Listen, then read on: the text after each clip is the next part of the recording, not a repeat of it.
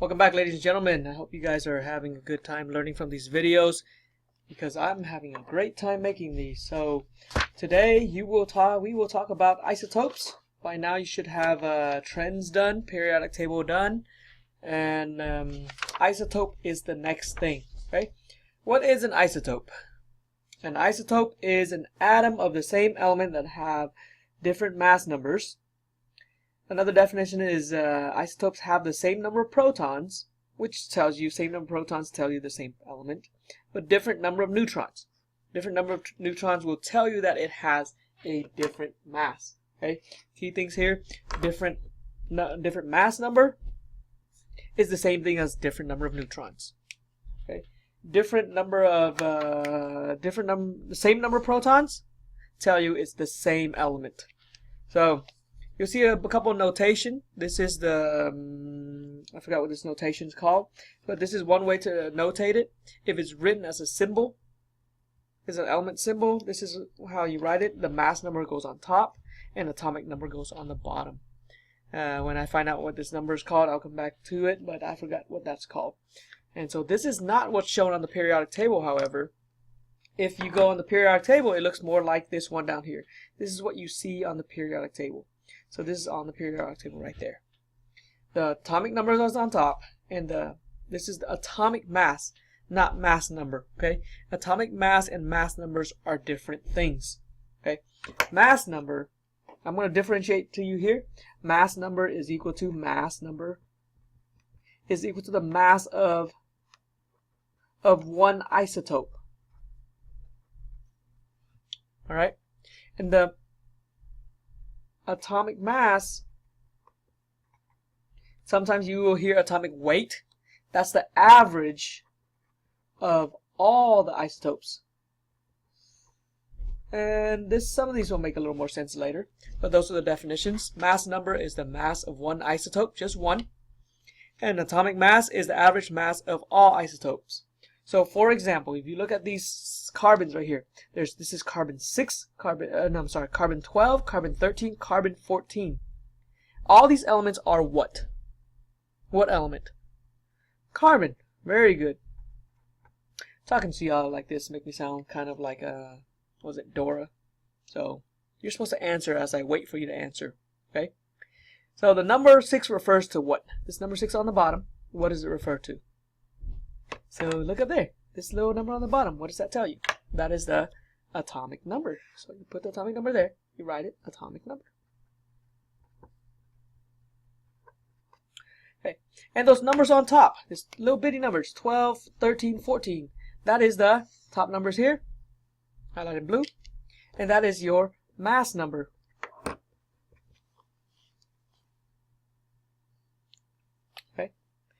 So now go back to this. How many protons and neutrons are in the first isotope? So we're talking about this one, carbon 12. C with the 6 at the bottom and 12 on top. Right? The number of protons is the same number as your number on the bottom, which is atomic number. So all of them have 6 protons. That's what tells you it is carbon. Okay? And neutron is equal to, so neutron is equal to atomic number. Take it away from the mass number. So it's mass minus proton. Okay? Mass number minus proton. So 12 minus 6 here is 6. 13, the second carbon, 13 minus 6 is 7. Then you have 14, carbon 14 minus 6 is 8. Okay? So what do you notice about these carbons?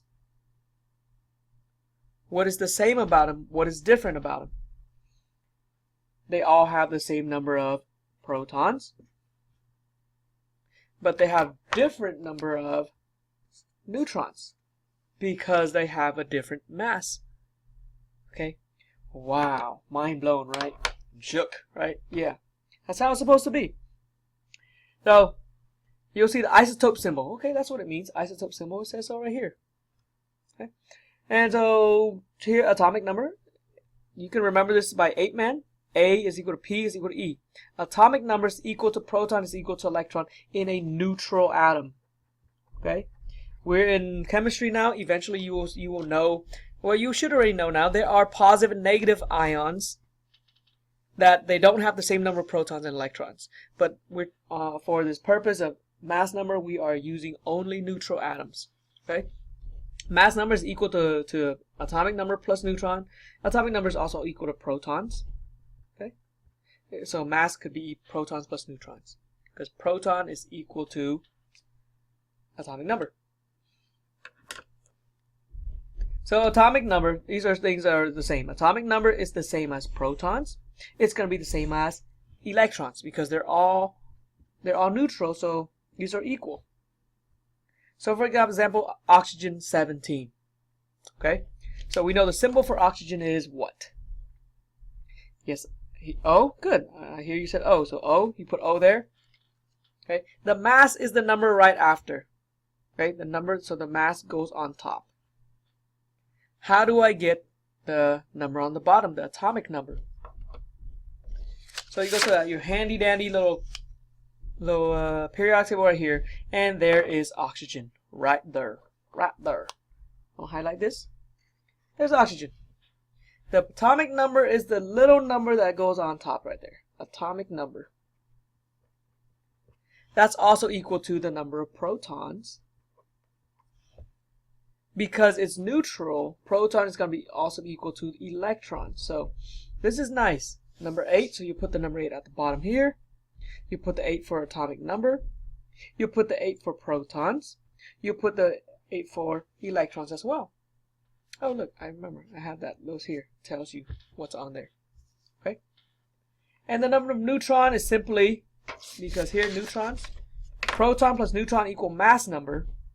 So take mass minus, so mass minus protons will give you your neutrons.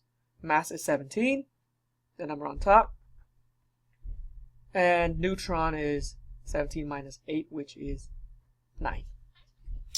Pretty darn easy, yes, I know. Yes, I know. So, let's do one more real quick. Nah. Go ahead and complete this side. You can check with your teacher, your substitute teacher. She has the answer key to this if you want to check it real quick to make sure you're doing it right. Go for it. I think I went over thoroughly enough.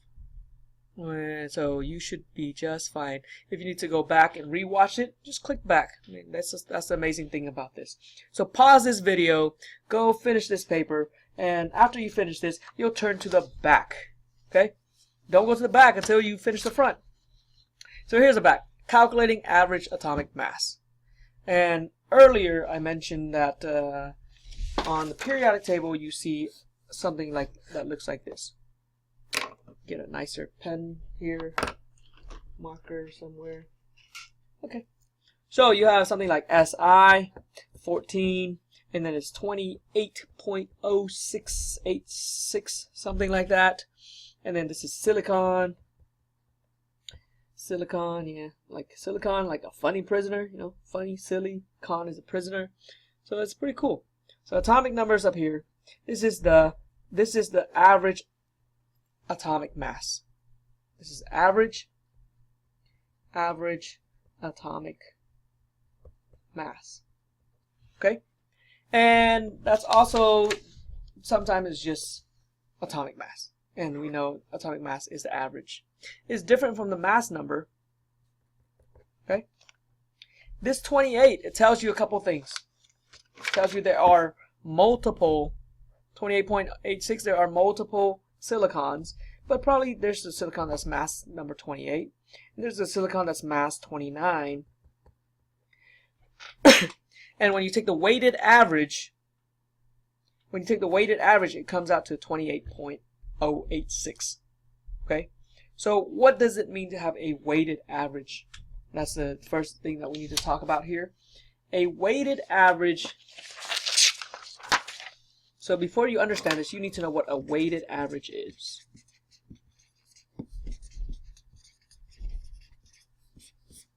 Okay? So for example, in chemistry, right now, your grades, let's weight, your grades are a weighted average. So it's 20% daily grade, 30% lab and quizzes, and then 50% tests. Okay?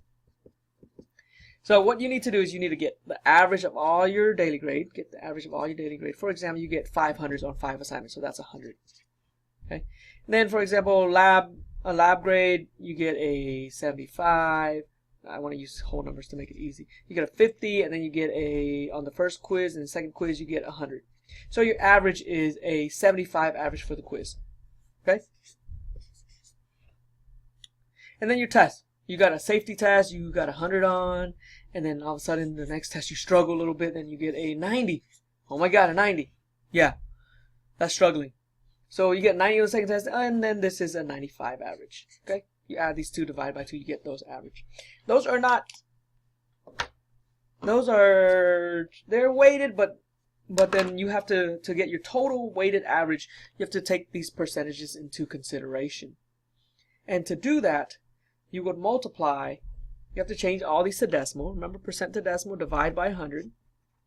Or simply move the decimal place twice. 1, 2. So that's 0.2. Then the next one is 0.30.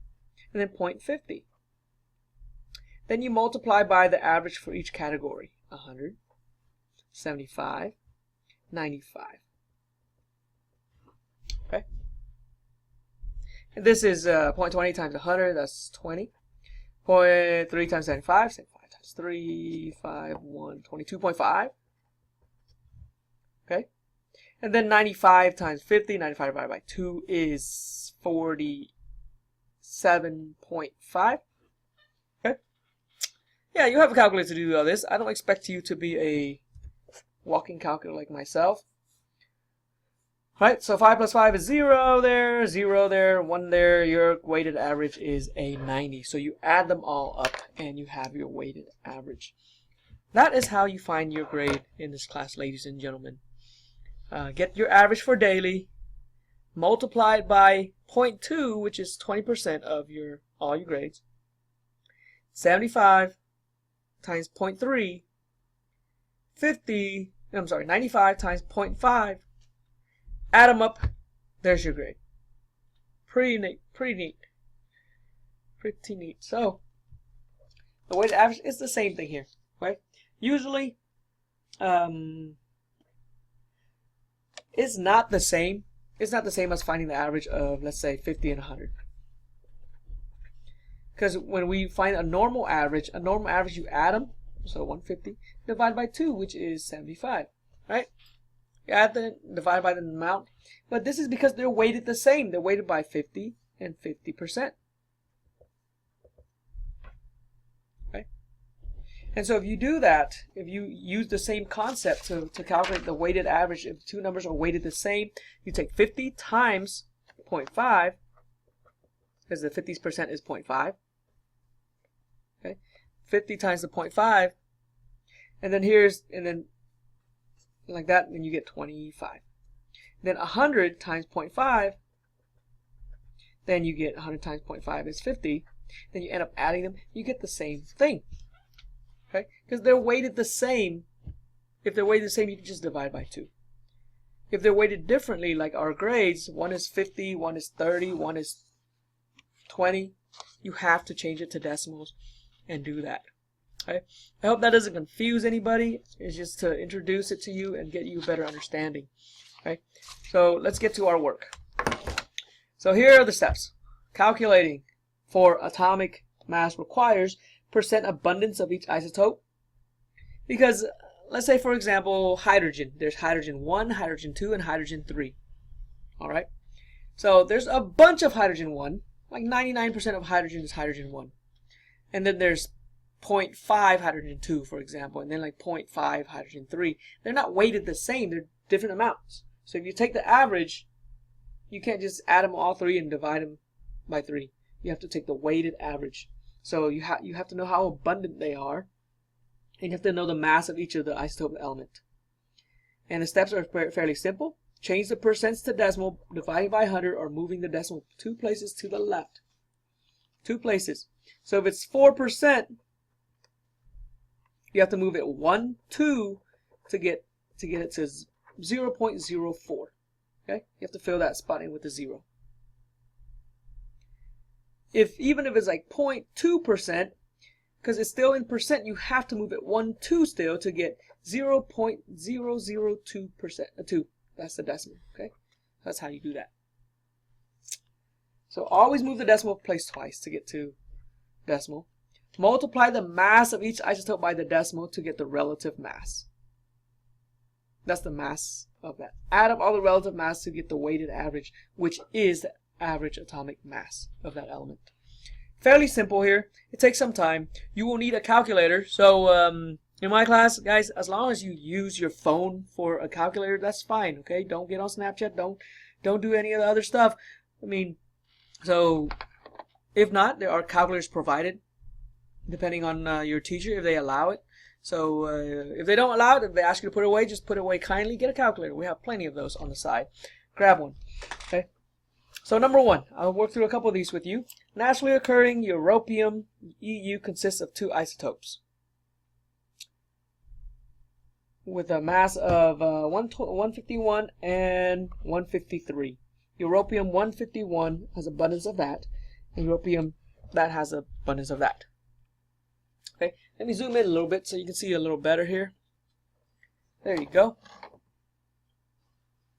Alright, underline those. So europium, the first europium has a mass of 151, and the second one has 153. So fill those in. Abundance is the percentage you change to decimal. Good. Okay, perfect. 48.3%. You move the decimal place twice, you get 0.4803. And then the 50% you move 1 2, so it's 0.5197. Okay, you multiply those. It says multiply each isotope by the decimal, the mass by the decimal. So you get 2 numbers. Here we go. 151 times 0.4803, and you get 72.5525. I'm going to round to 72.53. 2 decimal places is abundant. It's nice. Then 153 times 0.5197, and you get 79.51. And the last step is what? Let's go back to number 3. Add up all the masses. So then you add these two together. Add these two together, and you get 40215. 152.04. That is the weighted average, ladies and gentlemen. So 15152.04 atomic mass unit is the unit for average atomic mass. Sounds good? Sounds delicious. Okay, you'll be doing all this, but a few things here.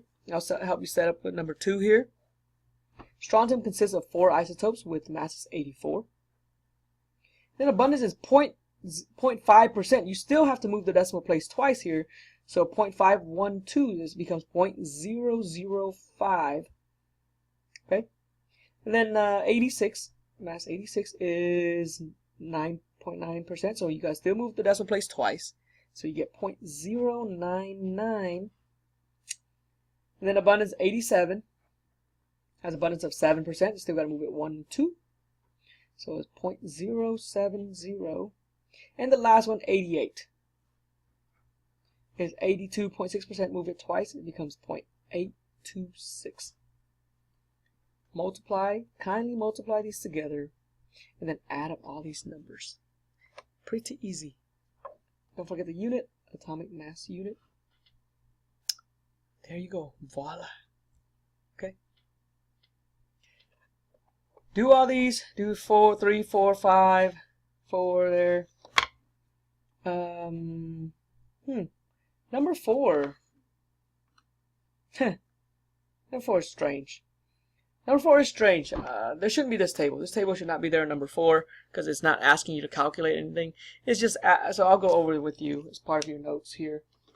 So number 4, what the heck is that asking for? Okay, boron exists as 2 isotopes, boron 10 and boron 11. So if we look at the periodic table, where is it? Boron, that boron right there, number 5, boron.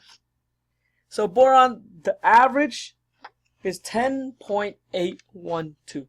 That is the average atomic mass. Okay. So if the average, so it's 10.812. So if you look at the average, and if it's closer, is it closer to boron 10 or boron 11? That's the question. Which isotope is it close to? Which isotope is the average closer to? Okay, and we say 10.8 is closer to boron 11, and that tells you boron 11 is more abundant. Okay, so boron 11, whichever is closer to, that one is more abundant. Okay, pretty nice. These tables are rarely ever going to be drawn for you. So let's jump to number 5. I'll walk you through number 5. Here's the notation, 80% of I. So there's I-127 tells you this iodine has a mass of 127. I-126 tells you the mass number is 126. Then I-128 tells you the mass number is 128. So now we get the percentages. Change into decimal. 80% is equal to 0.8. Multiply it. And then 17% is 0.17. Multiply it. 3%, you got to move the decimal place twice. 2.03 there. And then add up all these numbers, all the products, and you get your average atomic mass. You just have to set the math up on your own. Do you need the table? If you want to draw the table, you can draw the table, but typically this is how it's supposed to be shown. Sometimes if you go on YouTube and you look, they actually put them all in a line. Like number 6 here, I can do this. Since I'm going to add up the product of all these, right, I can set up as one mathematical computation. I can change the 99 to decimal, 99 times the 1, which is the first mass. Because since we end up adding them, we add them right now. And then this 0.8%, you need to move the decimal place twice, 0.008 times 0.2, 0.2, times, plus 0.002, because this is 002, we got to move the decimal place twice still, times the mass of 3, I'm sorry. And you punch that all in your calculator, you combine it all to one step. Okay, how you do it is up to you, it doesn't matter. But if the table helps, you can draw the table. If you just want to list it out like these guys here, number 5, you can list that out. Okay, complete this and check with the teacher. She or he should have the key to it, and you can check yourself. And then the next page, all my students, all Mr. Dang student, you will do front and back. Okay, front and back. All pre-AP students do front and back. Ms. Carrasco's class, if you're in a regular chemistry class, you are only doing that just for the regular students. Pre-AP, you need to do the back as well. This is pre-AP, you need to do all. No questions about it? You chose pre-AP to be more challenged, and here's your next challenge. Oh, crud, this is almost 24 minutes long. Let me go through and do this fairly quickly. That one's pretty easy, that one's pretty easy. These tables, yeah, these are doable. We've done this one, number 7, we've done that one. And so that one's easy. Yeah, these are all kind of the same. Number 9, let's just wait. I want to do one for the regular class first. Let's see which one is challenging. Here you go, number 4. Let's do number 4. Write the atomic symbol notation for 2 isotopes of uranium. So it's asking you to write uranium something and uranium something. They both have 92, atomic number is 92, so 92 goes on the bottom. So you're looking for these 2 mass number that goes on top up here. Okay, one isotope has 142 neutron and the other has 146 neutrons. So it's neutron plus protons. Remember, neutron plus proton equals mass. So the first one, neutron 142 plus 92, that's 134. It's easy. You do mental math, right? Then the second one, so the first one's 134. Sorry, that's off the page. I didn't know. And then the second one, 92. The time proton still 92 plus 146 is equal to, what is this? 238. 238. Yeah, 238 goes there. So you have two symbols, uranium 238 and uranium 234. I don't know why I put 134. 234. Huh. Mental math sometimes is a problem. Use a calculator. Feel free to do that. That one's pretty simple. All the other ones are, why are carbon and nitrogen not considered isotopes, guys? Isotope must be the same what? Yes, they have to be the same element. Okay? They are not the same element. They are not isotopes. Number 2, what do all isotopes have in common? All isotopes of one element, they all have the same number of protons. Yeah. Protons. Yeah. Okay. Low-key protons. Okay. To the back. Regular students, you do not have to do this. If you know how to do calculate average atomic masses down here, 5, 6, 7, you should be very well off. And you ought to be very proud of yourself, and your Miss Carrasco will be too when she hears that you guys are doing well. Okay, let's look at number number 9. Let's do number 9. A certain element exists as 3 isotopes. 24% of all isotopes have the mass of that, so 0.241 times 75.23 equals, that's the first one. The second one has 48%, so it's 0.487 times the mass is 74.64. The third one is 0.222 times 75.20 a mu. The average atomic mass. So you add these up to get your atomic mass. Okay? And when you get your atomic mass, part B asks you, use your periodic table to determine what element this is. So you find what element it is. So if it's asking for 74, 75, so look at the mass here. 74, 75, which of these are they? I mean, it's got to be one of these. Because the average looks like it's about between 74 and 75, so it's one of these. Which one is it? Is it this one right here? Oh, sorry, I didn't mean to draw that line. This one. Is it? So prove it, right? That one. And then there's number 12. This is going to be really challenging for you, ladies and gentlemen. Calcium has 3. 11. Calcium has 3 isotopes. So look at calcium on the periodic table. The average is 40.078 on number 11 here.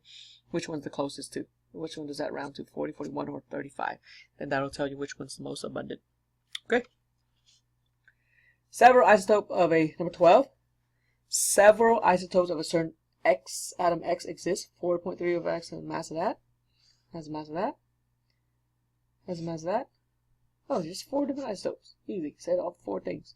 0.0435 times 39.946. And then set up all 3. 1, 2, 3. 4 isotopes there. Set up all 4, add them up, and you get your average atomic mass. This is pretty easy. This is pretty easy. Remember, you have a quiz next class when I come back over this stuff, the periodic trends, as well as your elements quiz. Sorry, this took 30 minutes. You were supposed to pause it along the way so you don't get bored anyways. Goodbye.